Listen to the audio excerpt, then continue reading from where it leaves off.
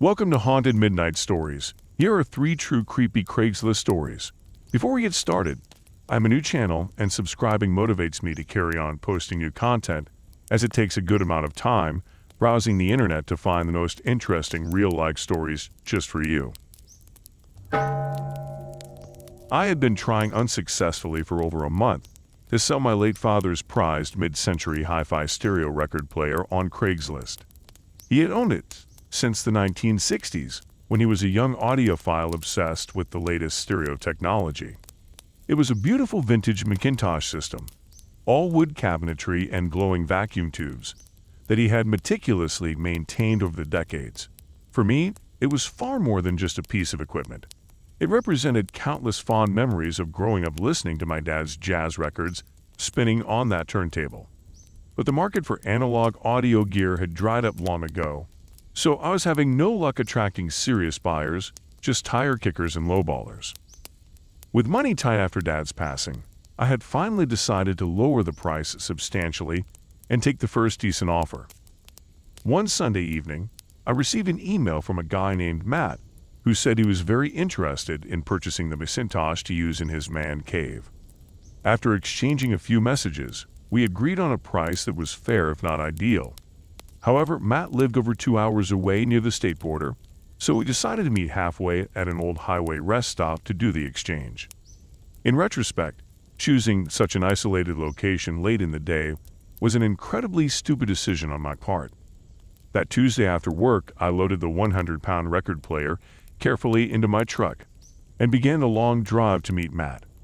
As I turned off the interstate and made my way down the winding access road toward the abandoned rest stop, I realized just how remote it was. The parking area was empty except for one car, presumably Matt's, on the far end. Surrounded by woods and long neglected picnic benches, the site felt unnervingly creepy and isolated. My initial unease blossomed into outright dread as I pulled up and popped the truck, hoping this wouldn't become a devastating mistake. Matt turned out to be well over 6 feet tall and thickly built, making my average frame feel tiny in comparison. His smile seemed more ominous than welcoming as he approached to inspect the stereo. "Man, this beauty is in great shape," Matt said, while fiddling with the knobs and switches. I quickly demonstrated the machine's workings, wanting nothing more than to take the money and get out of there as fast as possible.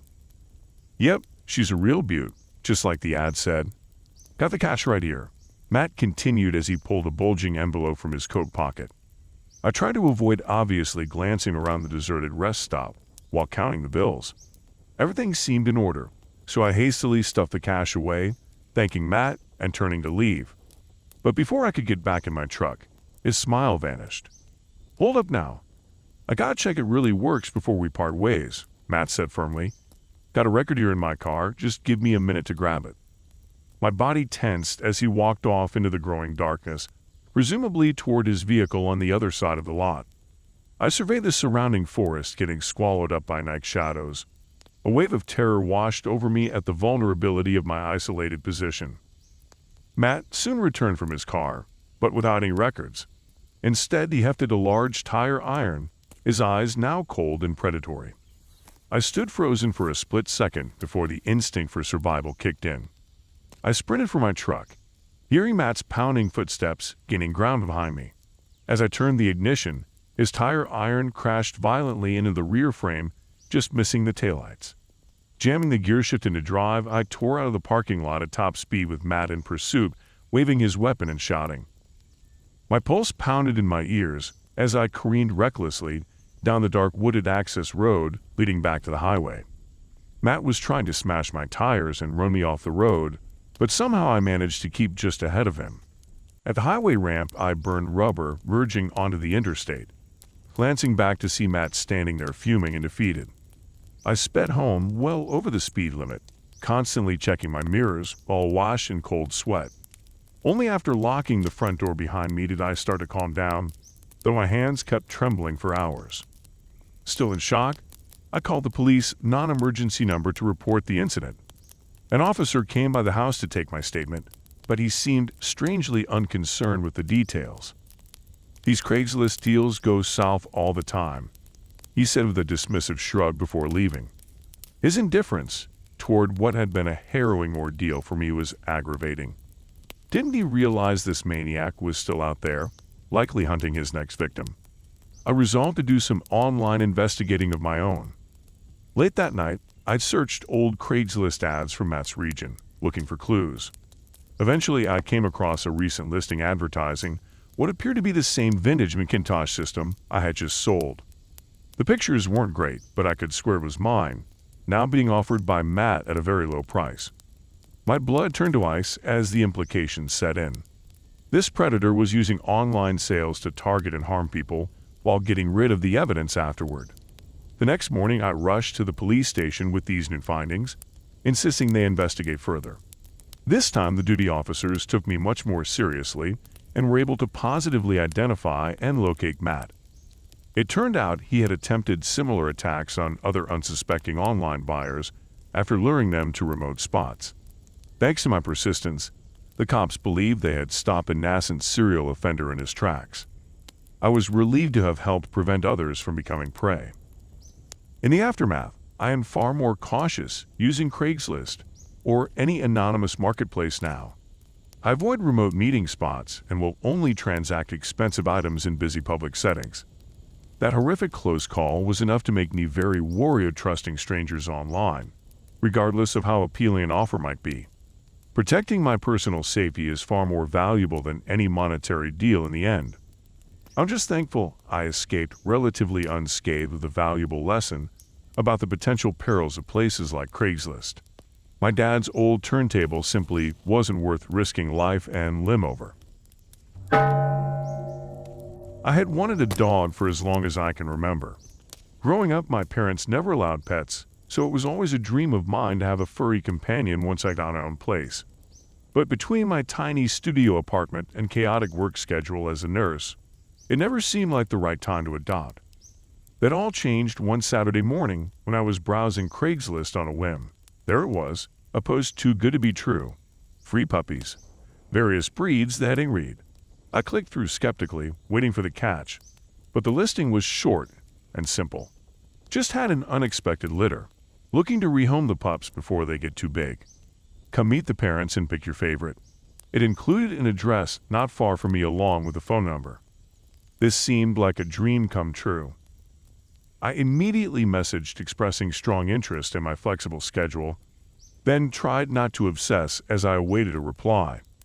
To my delight, within an hour, I received a response welcoming me to stop by that very afternoon to see the puppies. I was over the moon, but had to admit something seemed off about the whole thing. Why offer an entire litter for free with no adoption process? No request for payment, no application, no mention of papers or vaccines. I did my best to quiet my doubts. Beggars can't be choosers, as they say.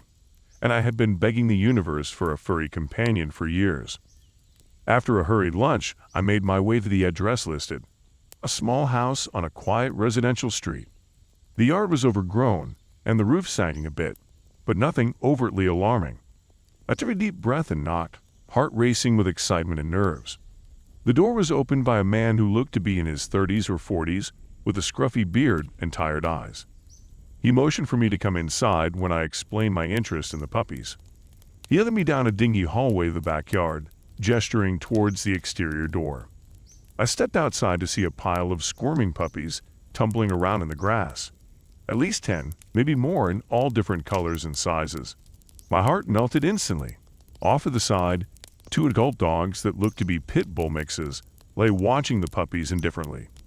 They appeared underweight and mangy. The man lit a cigarette and leaned against the back door, waving his hand towards the puppy pen fashioned from old wooden planks, signaling me to take a closer look. I slowly approached and knelt down. Immediately, I was swarmed by wiggling bundles of fur, their tiny tongues licking at my hands and faces nuzzling into my lap. They were impossibly cute, but my instincts were telling me something wasn't right here. The lack of paperwork or health clearances felt off, and why was this man just giving away an entire litter for free without care for where they went? I tried to brush aside the concerns. I'd wanted a puppy for so long. That's when I noticed her, a female with jet black fur nuzzling into my arm. As I lifted her into my arms, her Her eyes blinked open sleepily, and she snuggled close with complete trust. In that moment, my heart knew I couldn't leave her in this place, no matter the red flags. I stood up with the pup cradled against my chest. The man simply nodded, signaling his acceptance. Wasting no time, I rushed to my car and secured the sleepy puppy in the front seat before anything could change. As I drove away, an overwhelming sense of relief washed over me. I had a puppy of my very own. I decided to name her Nova for her shiny dark coat. Over the next few weeks, I settled into a routine caring for her the best of my abilities. She quickly became the bright spot in my small apartment in busy workdays. Her warm eyes and boundless energy never failed to lift my spirits.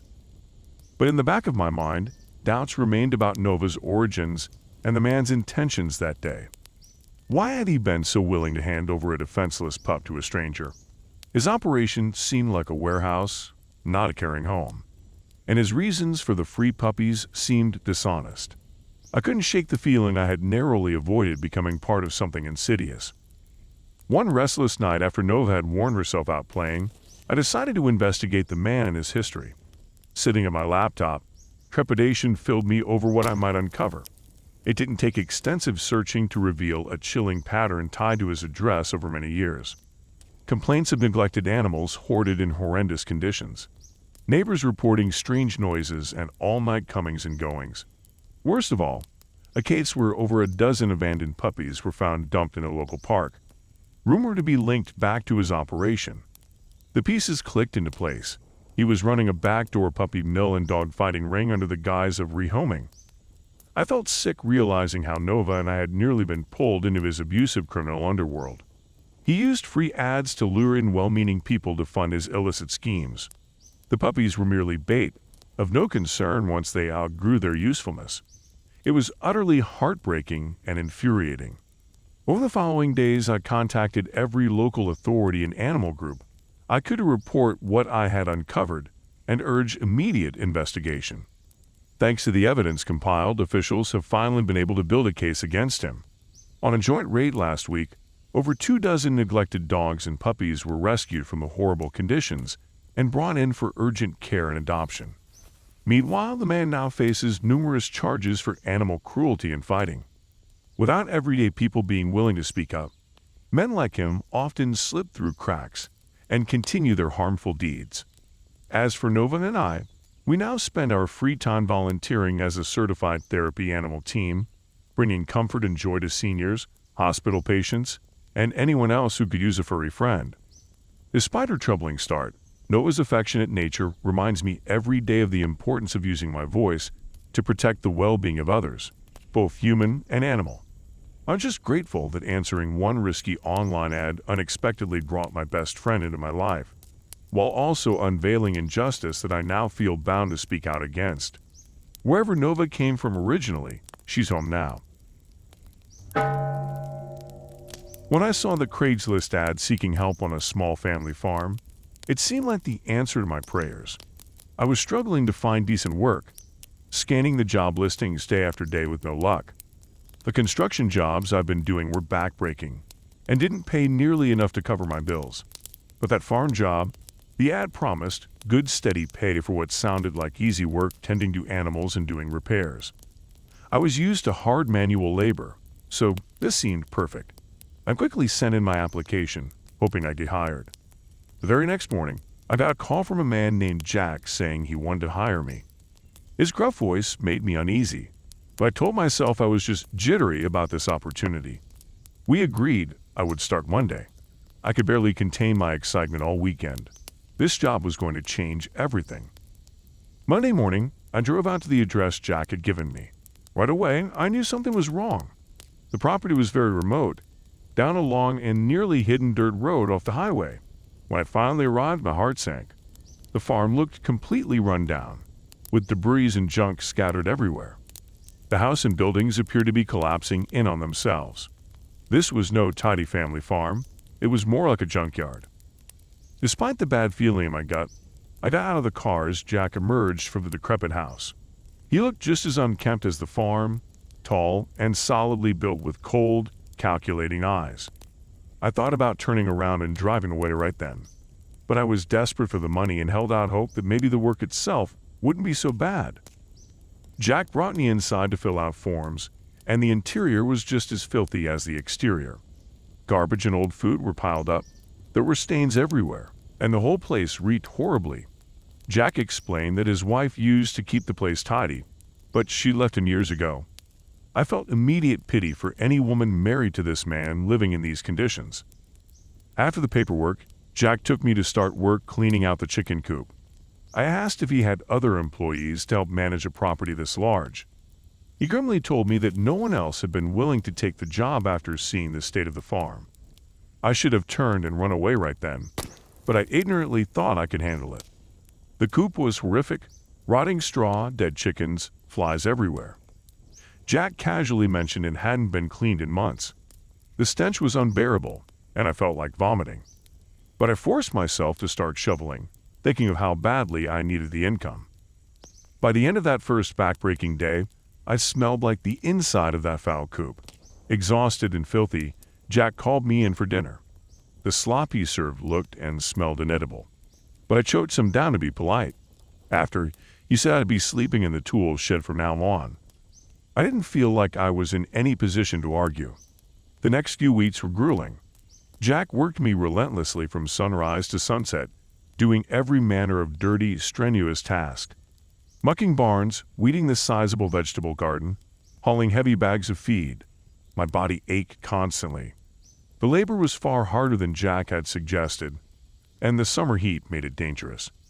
At night, I had to try to sleep in the freezing cold tool shed on a stained, lumpy mattress, swarming with spiders and mice. I was so depleted that I eventually passed out from utter exhaustion each night. Meals were just as miserable.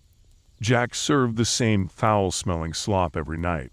As hungry as I was after the hard work, I could barely eat it without vomiting, but I forced myself to clean my plate, not wanting to upset Jack. With each passing hellish day on that farm, I considered leaving, but I was terrified of Jack's reaction. His demeanor toward me had become increasingly hostile, and I desperately needed the income after so many months of struggling. So I'd stayed, even as it was destroying my health. Then the accident started. One day, the ladder I was on collapsed inexplicably.